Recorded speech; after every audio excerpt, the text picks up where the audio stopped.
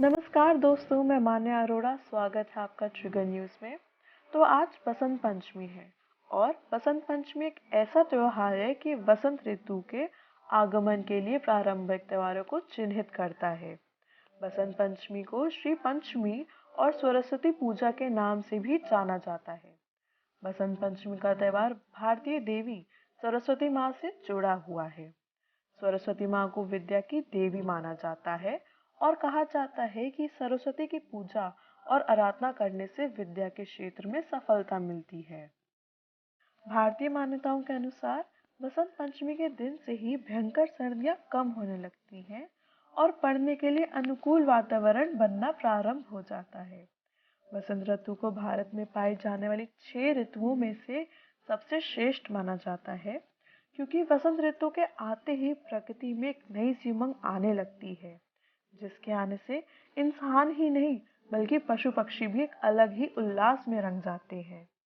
बसंत ऋतु प्रकृति में समर्पित मानी जाती है, क्योंकि बसंत ऋतुओं में पेड़ पर नए पत्ते और पौधों में कलियां आने लगती है, जो आगे जाकर सुंदर फूल बनकर आसपास के वातावरण को महकाती है। वसंत ऋतु पढ़ने और कला अध्ययन के लिए सर्वश्रेष्ठ समय माना जाता है और इस वजह से यह दिन ज्ञानी व कला प्रेमी लोगों के लिए बहुत महत्व रखता है। इस दिन कला व विद्या की देवी माता सरस्वती की पूजा की जाती है और उनसे ज्ञान और कला के चित्रों में आगे बढ़ने के लिए मनोकामना की जाती है। कहा जाता है कि जितना महत्व दुकानदारों और व्यवसाय करने वालों के लिए दीपावली का होता है, उतना महत्व कलाकारों और विद्वानों के लिए वसंत पंचमी का होता है। इसके अलावा वसंत पंचमी को लेकर कई अन्य मान्यताएं भी प्रचलन में हैं। कहा जाता है कि वसंत पंचमी के दिन ही श्री राम शबरी नामक बिल्ली के घर में पधारे थे और उसके जूठे भेर खाए थे। शबरी की श्री राम के प्रति आनंद भक्ति थी और इस वजह से श्री राम ने उसके जूठे भेर भी प्रेम भाव से ग्रहण कर लिए। गुजरात के डांग जिले में आज भी शबरी नाम का आश्रम और माता का एक मंदिर मौजूद है। वसंत पंचमी के दिन मंदिरों में श्रद्धालु की भीड़ लगी रहती है।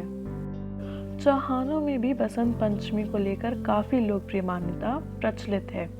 कहा जाता है कि वीर पृथ्वीराज चौहान ने गौरी नामक मुस्लिम शासक को 16 बार हराया और हर बार उन्होंने अपने हिंदुत्व का पालन करते हुए अपने शत्रु को माफ कर दिया।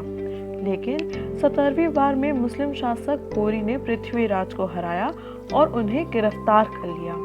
कुछ इतिहासकारों की मान्यता है कि मुस्लिम शासक गौरी ने बदले की आग में पृथ्वीराज चौहान की दोनों आंखें फोड़ दी और जब उन्हें फांसी के फंदे पर लटकाया जाना था, उस समय मनोरंजन के लिए पृथ्वीराज चौहान से शब्द भेड़ी बाढ़ की कला दिखाने की फरमाइश की।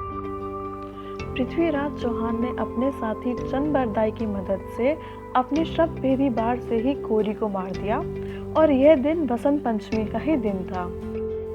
हम एक ऐसे देश के निवासी हैं जहां हर धार्मिक मान्यताओं का बोलबाला है और यही कारण है कि जहां एक तरफ अन्य देशों की संस्कृतियां लुप्त होती जा रही हैं, वहीं हमारी भारतीय संस्कृति आज भी बरकरार है।